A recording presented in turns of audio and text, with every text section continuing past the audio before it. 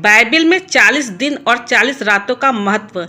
यह संख्या केवल एक गणना नहीं बल्कि परमेश्वर की योजना और रहस्य का एक अभिन्न हिस्सा है।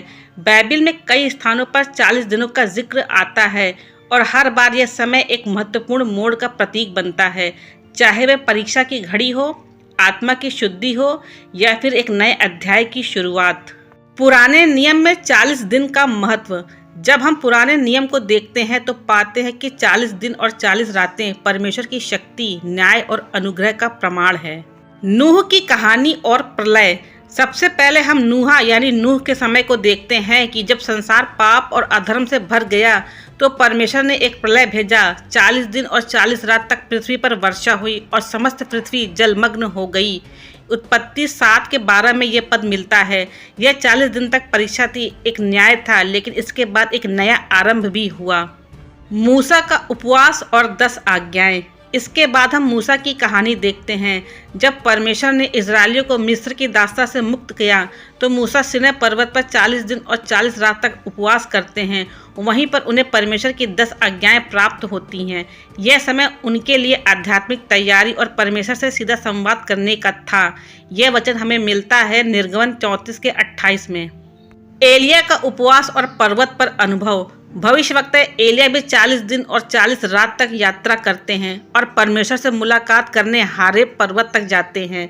यह उनके लिए आत्मा की मजबूती और परमेश्वर के साथ नए संबंध की परीक्षा थी। इसकी पूरी जानकारी आपको पहला राजा 19 के 8 में मिलती है। नए नियम में 40 दिन का महत्व। अब हम नए नियम की ओर बढ़ते हैं जहां यह संख्या और भी गहरी आध्यात्मिकता से जुड़ जाती है। यीशु मसीह का उपवास और शैतान की परीक्षा। यीशु मसीह जब अपने सार्वजनिक सेवा कार्य की शुरुआत करने वाले थे तो 40 दिन और 40 रातों तक रेगिस्तान में उपवास किया। इस दौरान शैतान ने उन्हें 3 बार बहकाने की कोशिश की, लेकिन यीशु ने हर बार परमेश्वर के वचन से उसे पराजित किया। यह हमें सिखाता है कि जब भी हम परीक्षा में होते हैं हमें परमेश्वर के वचन का सहारा लेना चाहिए। इस बात की जानकारी हमें मत्ती 4:2 में मिलती है। यीशु का पुनरुत्थान और 40 दिन तक शिष्यों के साथ रहना। यीशु जब पुनर्जीवित हुए तो 40 दिनों तक अपने शिष्यों के साथ रहे और उन्हें स्वर्ग के राज के बारे में सिखाया। यह 40 दिन एक नई शुरुआत, एक नई शिक्षा और शिष्यों को उनकी सेवा के लिए तैयार करने का समय था। 40 दिन हमारे जीवन में क्या दर्शाते हैं? अब यह सवाल उठता है कि 40 दिन हमारे लिए क्या मायने रखते हैं। परीक्षा का समय। जैसे नूह, मूसा, एलिया और यीशु को परीक्षा से गुजरना पड़ा, वैसे ही हमें भी जीवन में कठिन समय से गुजरना पड़ता है, लेकिन यह परीक्षा हमें कमज़ोर नहीं बल्कि मजबूत बनाती है। आध्यात्मिक तैयारी। 40 दिन किसी नई शुरुआत से पहले के आत्मशुद्धि का समय होता है। यही कारण है कि मसीह विश्वासी उपवास और प्रार्थना में समय बिताते हैं, खासकर चालीसा के 40 दिनों में। परमेश्वर से घनिष्ठ संबंध। जब हम इन 40 दिनों को आध्यात्मिक अभ्यास में लगाते हैं तो हमारा रिश्ता परमेश्वर से और गहरा हो जाता है। 40 दिन केवल एक संख्या नहीं बल्कि एक दिव्य योजना का हिस्सा है। जब भी जीवन में 40 दिनों जैसी कठिनाइयां आए तो याद रखें यह समय बीत जाएगा और इसके बाद परमेश्वर की नई आशीषें आएंगी। आखिर 40 दिन ही क्यों? बाइबिल हमें बताती है कि 40 दिन आत्मिक तैयारी, परीक्षा और बदलाव का समय होता है। यह न केवल पापों से मुक्ति का अवसर है बल्कि अपने विश्वास को मजबूत करने और परमेश्वर के करीब आने का भी समय है। जैसे नूह और प्रलय, 40 दिन और 40 रात वर्षा हुई जिससे संसार शुद्ध हुआ और एक नए युग की शुरुआत हुई। मूसा का उपवास। मूसा ने 40 दिनों तक उपवास किया, तब जाकर परमेश्वर ने उसे 10 आज्ञाएं दी। यीशु का उपवास। यीशु ने 40 दिनों तक रेगिस्तान में उपवास किया और शैतान के हर प्रलोभन को पराजित किया। पुनरुत्थान के बाद 40 दिन। यीशु पुनर्जीवित होने के बाद 40 दिनों तक अपने शिष्यों के साथ रहे और परमेश्वर के राज्य की शिक्षा दी। अब सवाल उठता है कि आज के समय में इसका क्या प्रभाव हो सकता है। आज के समय में 40 दिन के उपवास और आत्मसंयम का प्रभाव। आत्मिक शुद्धि और परमेश्वर से निकटता। आज की दुनिया में लालच, ईर्ष्या, क्रोध और अहंकार बहुत बढ़ गए हैं।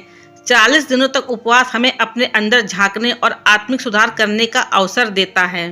जब हम भोजन, बुरी आदतों और नकारात्मक विचारों से दूर रहते हैं तो हमारा मन और आत्मा शुद्ध होता है और हम परमेश्वर के और निकट आ जाते हैं।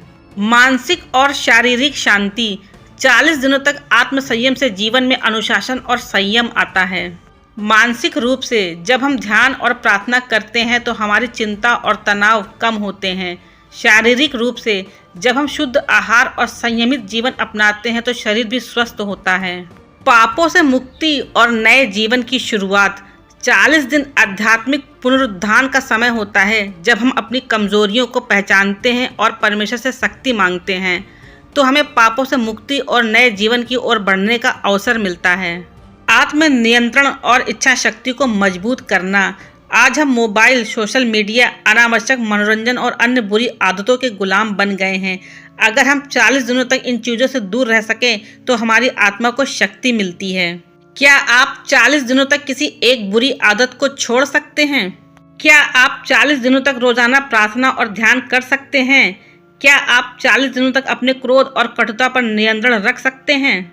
अगर हाँ, तो यह 40 दिन आपके जीवन को पूरी तरीके से बदल सकते हैं। 40 दिनों का अभ्यास कैसे करें? अगर आप भी अपने जीवन में 40 दिनों का आध्यात्मिक अभ्यास करना चाहते हैं तो इन बातों का ध्यान रखें। एक स्पष्ट लक्ष्य बनाएं। क्या आप अपने पापों से छुटकारा पाना चाहते हैं? क्या आप किसी बुरी आदत को छोड़ना चाहते हैं? क्या आप परमेश्वर के करीब आना चाहते हैं? उपवास और प्रार्थना करें। भोजन का उपवास, हल्का और शुद्ध आहार लें। नकारात्मक विचारों का उपवास, क्रोध, अहंकार और चिंता से बचें। प्रार्थना का उपवास, हर दिन सुबह और रात को परमेश्वर से संवाद करें। अच्छे कार्य करें, जरूरतमंदों की सेवा करें, मदद करें, गरीबों को भोजन कराएं, अपने आसपास शांति और प्रेम का संदेश फैलाएं। परीक्षा के लिए तैयार रहें। जब भी आप सही राह पर चलेंगे, शैतान आपको गिराने की कोशिश करेगा। आपको गुस्सा दिलाने वाले लोग मिलेंगे। बुरी आदतें फिर से उभरने की कोशिश करेंगी। आपको लगेगा कि छोड़ दें, लेकिन याद रखें, यीशु ने भी 40 दिनों तक शैतान का सामना किया और विजयी हुए। अगर आपने ईमानदारी से 40 दिनों तक का आत्मिक अभ्यास किया तो आपका जीवन बदल जाएगा। आपकी सोच सकारात्मक होगी। आप अधिक धैर्यवान और शांत हो जाएंगे। आपके पाप क्षमा किए जाएंगे। आप परमेश्वर के अधिक निकट आएंगे।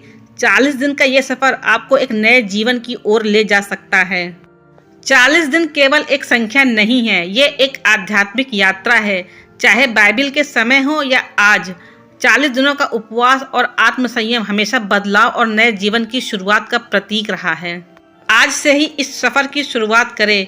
40 दिन तक एक बुरी आदत छोड़े, 40 दिन तक प्रार्थना और उपवास करें, 40 दिन तक अच्छे कार्य करें और देखिए कैसे परमेश्वर आपके जीवन में चमत्कार करते हैं। परमेश्वर आप सभी को आशीष दे। आमीन।